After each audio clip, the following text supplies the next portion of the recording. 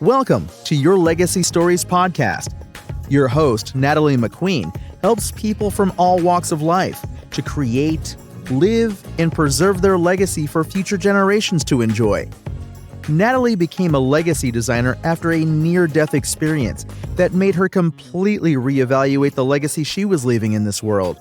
She is also a book publisher who has guided over 500 authors to become international bestsellers. Natalie's mission is to help you craft the legacy you deserve, encourage you to live it to the fullest, and then preserve it for future generations to enjoy. On this show, her guests share moments of purpose, gratitude, wisdom and tradition, and of course, their legacy stories. Well, hello, everyone. This is Natalie McQueen with Your Legacy Stories. We are so excited today. We're having a Soul of a Diamond author spotlight. These authors have written beautiful chapters in the Soul of a Diamond book. And so we're going to just have a little discussion and talk about the Soul of a Diamond. It's heart-centered women sharing stories of resilience and joy. And so, ladies, I am so thrilled to have you here today. So I'm going to go around. I'm going to start with Sanette because she's kind of the heart of this project and the main diamond. So, Sanette, introduce yourself and then share how this project came about, and then we'll go around. Thank you. So thank you, my beautiful Natalie. I am Sanette from Johannesburg, South Africa. And for me, I wanted to have an amazing group of beautiful ladies to tell their stories, but not only that, have these incredible ladies to come and tell their stories on a TV show. So we did Soul of a Diamond TV show, and then I created a magazine for these beautiful ladies to have a story in print form as well. And now we're going to do the chapter in the book, and we're going to launch next week. Oh, I'm so excited. I cannot hide it. So my beautiful Natalie, thank you for this interview. And I'm so thrilled that my beautiful ladies is here to tell a little bit about their lives and how they came about doing this amazing project. I call it a God-given project, just as the name Soul of a Diamond. That is what God have put on my heart, and that's the naming convention I am sticking to. Thank you, my beautiful Natalie. And you're probably feeling awkward because you are used to interviewing everyone, right? Not being interviewed. I'm waiting for you to take over. All right. And Julie Diaz, let's hear who you are, how you're making the world a better place, and just introduce yourself. I'm Julie Diaz. I've been in the IT world as a tech writer and a programmer for a long time, but I've always been had this side gig of learning about everything holistic. And I have a great passion for herbs and trying to find the cures for everything in nature because my mother became ill when I was younger. So now I'm a holistic health coach, and I help people to find the root causes of their illness and to get better and feel better and get their energy back. And that's what drives me. Needed in this world, right? That's awesome. And Anjana Lala, I love your name. Thank you for joining us, and share a little bit about yourself and how you make the world a better place. Hi, everybody. Hello, Natalie. Thank you for this wonderful spotlight. I've always been the introvert shy type, so this is a big thing for me. I'm Anjana Lala, very musical name. I'm your multi-talented midlife designer coach. And I'm actually your secret weapon to an extraordinary next chapter. Nice. You know, I love guiding women over 47 through, because I'm navigating it myself and I understand the jungles of hot flushes, societal expectations of aging, and the identity crisis that women go through. I do it with a little bit of humor, a giant glass of wine. It's optional, but highly recommended. So, and I want to give voices to the people of Generation X who are navigating midlife at the present. That is my biggest passion. Very nice. So, I love that. And you yeah. know, I love the jungle of hot flashes. That's awesome. So let's start with you, Anjana. So what really inspired you to share your story in the Soul of the Diamond book? I met Sanette, and my journey with Sanette has been that I'm a very introverted and shy person and have been a private person for a long time, but I have a passion for helping women. And I saw this as an opportunity to tell my story, tell now my footprint in the coaching industry didn't take off because I didn't tell my story. And I knew I had to tell my story. So that has inspired me to be part of this project, to tell people I'm a recovering people pleaser. And I did have identity crisis because of the people pleasing. And this has been a long journey of self-discovery and an adventure at the same time. So I thought it was about time. It took a lot of courage and guts to do this project and be part of this project. So I want to inspire other people who are introverted, who are shy, and who feel they are ordinary, they are boring, and to let them know that there are actually extraordinary people and women out there. That's That you beautiful. matter and I see you. Mm. And you know what I love? I can relate to you so much because I remember when I was publishing my first book, and it takes a lot to go from that shyness to putting it out to the world. And you don't know, there's all those fear of judgment, fear of, no one buying your book and reading your book. But I always tell this story. I got 3 emails within that little launch period, and those 3 emails changed my entire thoughts about that. I was able to let my fear of failure go, and I know that I have a message that impacts people. And one of those emails was from an older gentleman that said, "You've completely shifted how I look at legacy, and I'm doing things differently, and I'm now taking time to put my heartfelt legacy down on paper in case something happens to me, and so future generations can know, me." He was speaking, and I just, when I read that, I was just like, oh my gosh, I made an impact on this older, successful gentleman that, you know, my words, my life experience changed his thinking. And so we all have a message that we can share with people. And I love that. And I know it's a big step for many of us. I am definitely in the shyer group most times, but I have learned that we're all the same, and we all have a mission, and we want to make that impact. So in saying that, Julie, you and what you do with people, that is going to make a huge impact. And not only are you in the Soul of Diamonds book, but you have your own book coming out. So congratulations on that. Thank you. And I would like you to share a memorable moment or a turning point in your life that significantly shaped the journey of resilience and joy. I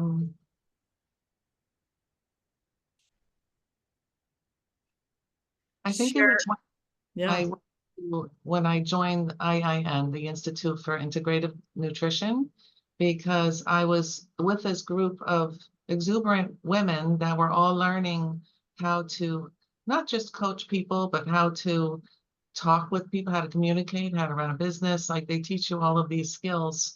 And at the time, I had a career where it was just draining me. I became so ill that I was like on the floor energy wise, and I was working so many hours, and then they wouldn't let me work at home anymore, and they didn't honor my doctor's request. So I ended up getting a severance, and I was able to leave there and have a little break.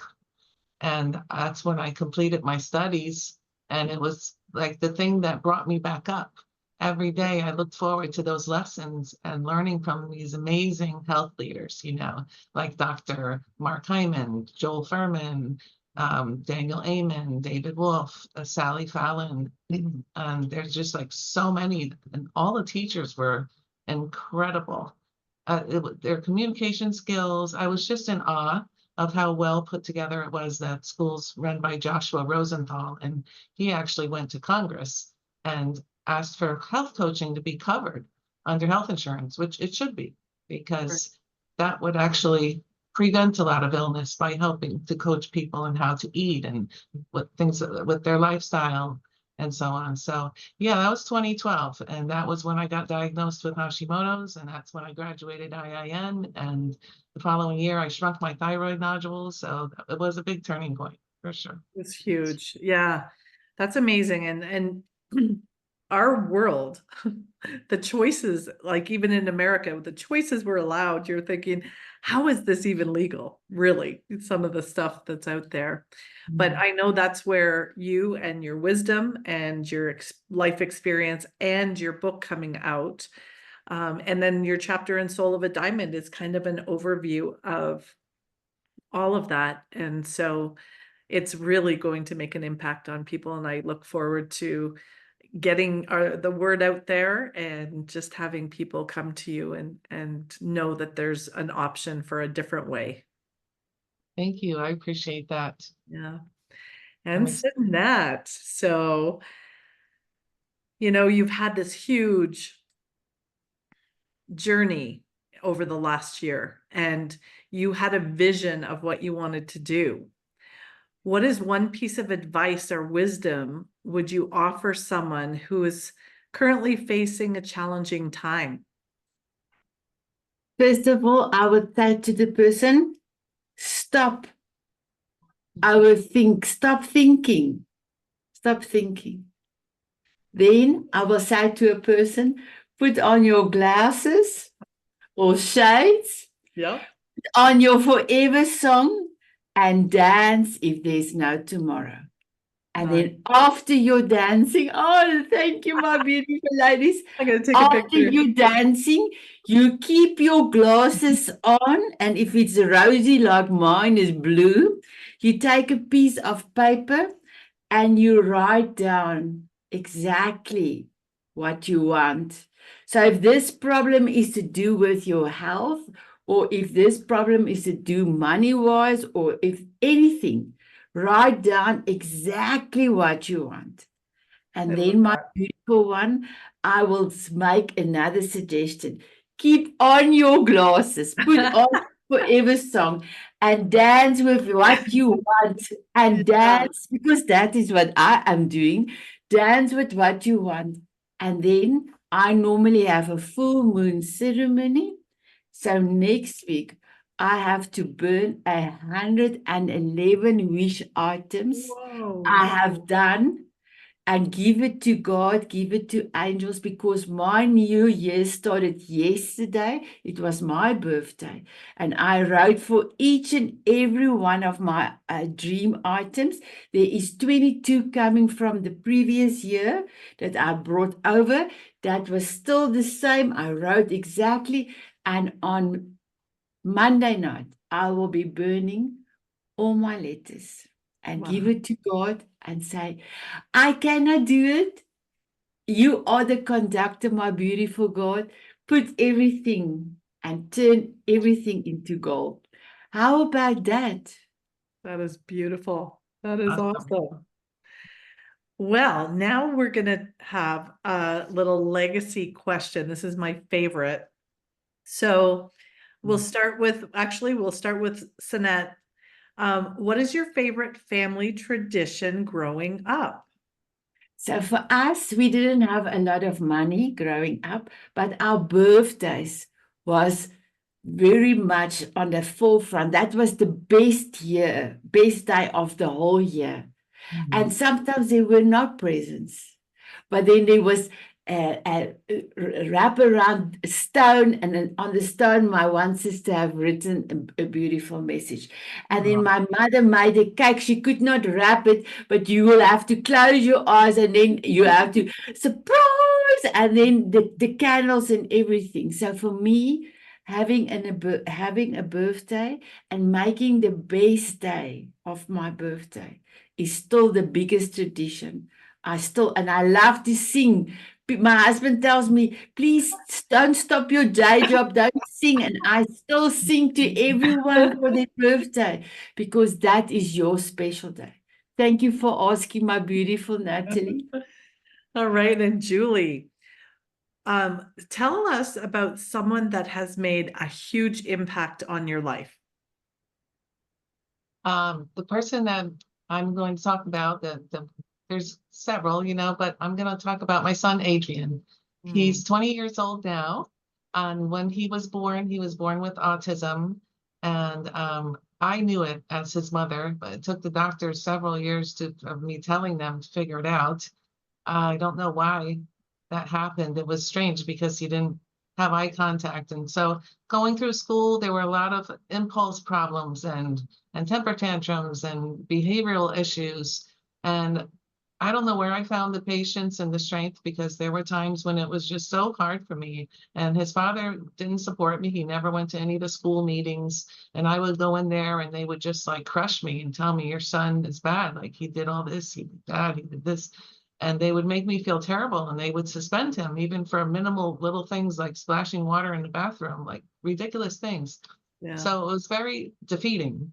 But eventually, I always loved him through it. And to me, he was adorable, and I loved him no matter what. And he Absolutely. still thanks me to now for always loving him. And we are so close. We do like almost everything together. He goes to the grocery store with me, just even the little things. We're just like a team. We walk the dog together. We laugh so hard together. He gets me more than anyone, and his sense of humor is hilarious. And his behavior cleared up, by the way, when he entered high school. In about ninth grade, he just started to mature. And there was one teacher, Jessie Francisco. She lives right down the block, and we love her. She was the first teacher that really was kind and understood him and really got him. And he never got in trouble again after that. And he graduated, and now he's working, and he's just a great, great young man. He's wonderful. And we were lucky enough to meet him, and he is a beautiful person. So thank you. And thank you for being such an inspiration and a solid woman and mother. And, Thank you. You're making the world a better place. So, Anjana, you help women, feel better and get better. And how do you incorporate self-love and care for yourself in a daily routine? And why do you think that's important? Being a people pleaser, you forget how to love yourself. So on my journey of finding me and self-discovery, self-love is the most important part in your daily routine, to remind yourself who you are, how important you are. And self-love for me is made of three things, which I practice on a daily basis. It is self-worth, self-care, and self-awareness. Okay. And the self-awareness comes with every day you write down how you feel, your thinking, feeling for the day, and how it impacted you. It's very important to write it down so you can define it. You can, okay, and identify with it, understand it. The second thing I love is the self-care. Self-care routine is so important. You can dance, you can sing, you can love yourself, do something, anything that is important to you. And for me, that is self-care. Self-worth. I stand in front, I've got affirmations to remind me that I am great, I'm important, my voice matters, and I matter. So I have different affirmations every day. Nice. I don't have specific affirmations, but one, I change it up as I go to make it fun. But the one thing that I do tell myself every day, I am great. I'm great even though I make mistakes. I'm great even though other people's opinions differ from mine. And I'm great even though I'm judged, criticized, laughed at, put down, corrected. I am just great. Perfect the way you are. Yes, let's give you Yeah. some hearts here. All right, well, lady, our time is up, but I want to talk to everyone out there. And, this is just 2 or 3 of these incredible women out of 20 stories that you're going to read in this book. And it's a diverse background of women, and they're sharing their powerful stories of resilience and joy. So the link will be in below. Get your copy and just sit down with a blanket, or if you're in Arizona, you probably don't need a blanket, but get a cozy chair and just enjoy these women, and then reach out to them. They want to hear how you loved their story. They want to connect with you and be able to, help your world become a little better from knowing them. Yes. So cheers to all. And we'll say goodbye for now, but we will be creating amazing legacies today, tomorrow, and the next day. Bye, all. Yes. Bye. Bye-bye. Thank you. Thank you for joining us for another episode of Your Legacy Story Podcast. If you would like to share your legacy story with Natalie or get your legacy book started, please reach out at giftsoflegacy@gmail.com. Be sure to add My Legacy Stories in the subject line. We would love to help you share your legacy message out to the world. Natalie would like to invite you to join our private Facebook group, Create Your Legacy Life. She shares tips on book publishing, ways to create and leave your legacy, and she interviews the most amazing legacy creators, sharing their moments of purpose, gratitude, wisdom, and tradition, and of course, their legacy stories. See you next week.